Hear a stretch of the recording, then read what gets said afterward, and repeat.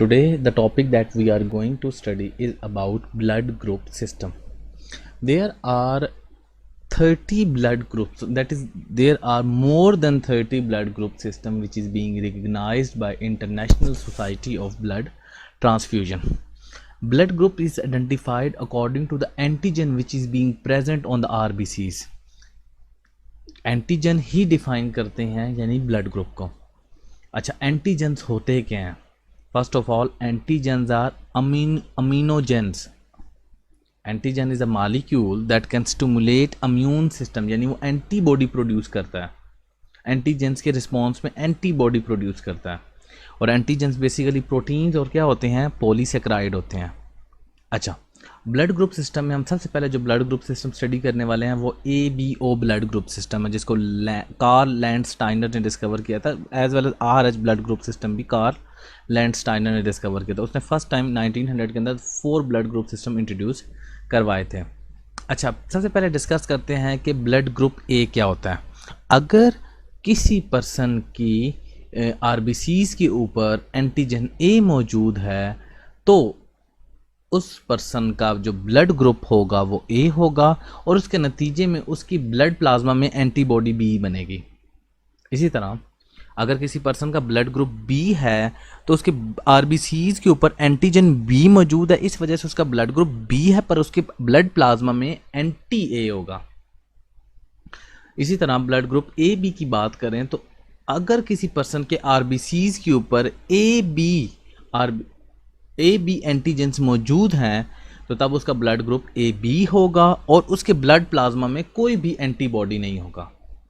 इसी तरह blood group O की बात करें तो उस पर्सन के पास ना ही एंटी A होगा, यानी ना ही एंटीजन A होगा, ना ही एंटीजन B होगा, पर उसके ब्लड प्लाज्मा के अंदर उसके against anti A bodies A और एंटीबॉडी B बन चुकी होंगी. ऐसे ब्लड ग्रुप को ब्लड ग्रुप O कहा जाता है.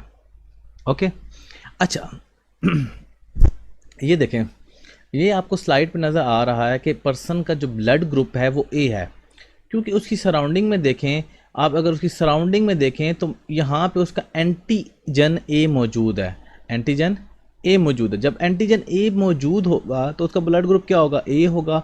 और एंटीबॉडीज़ कौन सी वो प्रोड्यूस करेगा प्लाज्मा के अंदर? B. इसी तरह ब्लड ग्रुप B के अंदर देखें, सराउंडिंग में ये देखें कि वो B एंटीजेंस मौजूद है, इसी वजह से उसका ब्लड ग्रुप भी क्या है? B है. और वो एंटी क्या प्रोड्यूस करेगा? एंटीबॉडीज A प्रोड्यूस करेगा ब्लड प्लाज्मा के अंदर. इसी तरह अगर एंटीजन A और एंटीजन B वो दोनों जब ये मौजूद होंगे, किसके ऊपर मौजूद है आपके पास? AB ब्लड ग्रुप के ऊपर, तब उसके पास ना ही एंटीबॉडी A होगा ना ही एंटीबॉडी B होगा. इसी तरह आगे चलते हैं.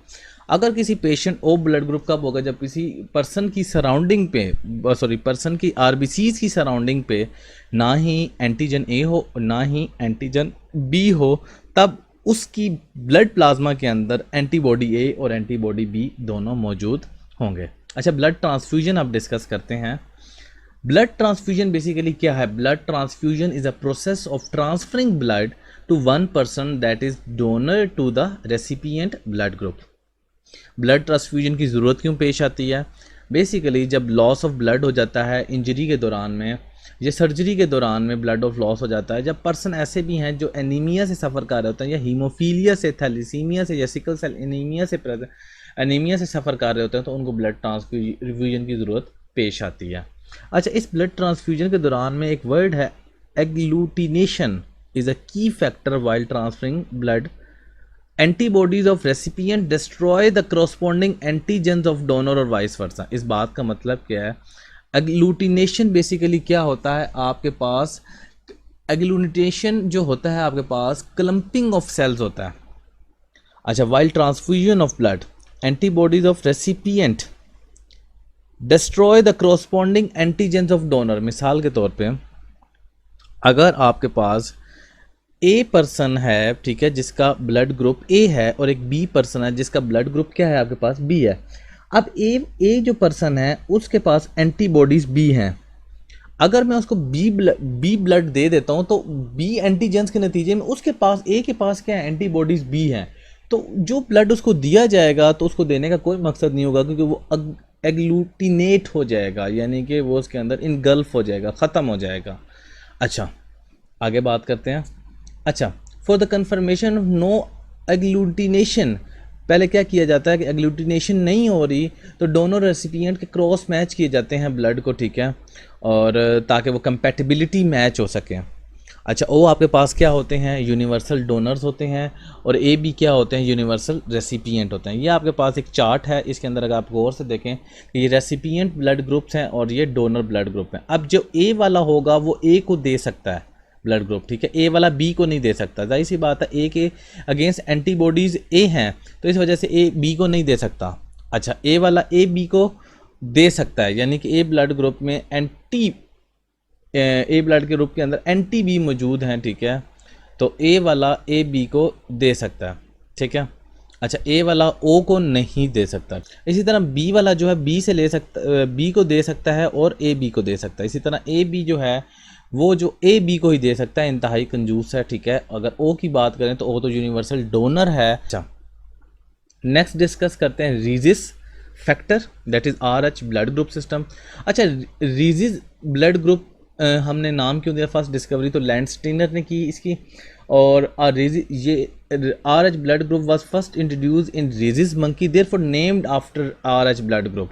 अगर किसी पेशेंट के अंदर आर एच फैक्टर मौजूद है, ठीक है, उसे आर एच पॉजिटिव कहा जाएगा, और नहीं मौजूद है तो आर एच क्या कहा जाएगा, आर एच नेगेटिव कहा जाएगा। A person having R H factor called as R H positive, a person having no R H factor called as R H negative. अच्छा, इन A B O anti B naturally produce होने लग जाती हैं, लेकिन इन आर एच नेगेटिव पर्सन के अंदर खुद ब खुद does not produce anti R H bodies unless R H factor उसके अंदर ब्लड के थ्रू इंटर ना हुआ हो।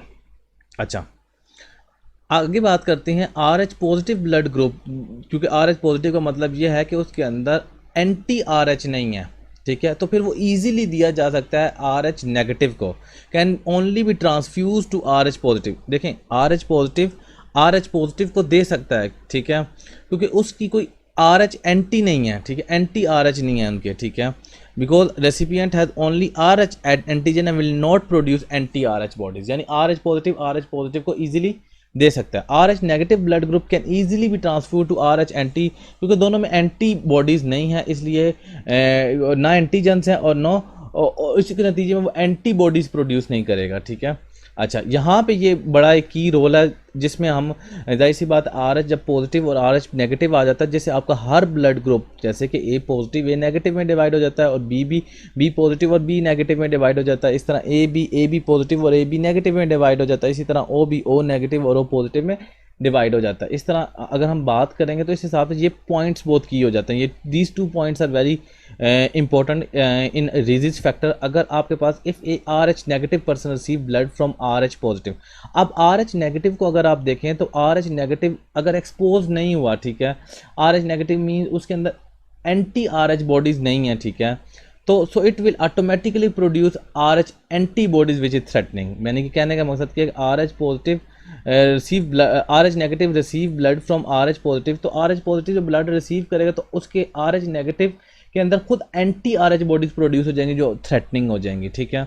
और अगर if R H negative never been expose to R H antigen, अब negative R H negative blood वाला अगर किसी भी आर एच एंटीजन्स को एक्सपोज नहीं हुआ तो and does not produce R H antibodies, so R H negative blood can be given to R H positive, क्योंकि उसमें कोई एंटी आर एच बॉडी नहीं है जो कि थ्रेटनिंग का काम करें, ठीक है। तो ये था आपके पास आर एच रीजिस फैक्टर।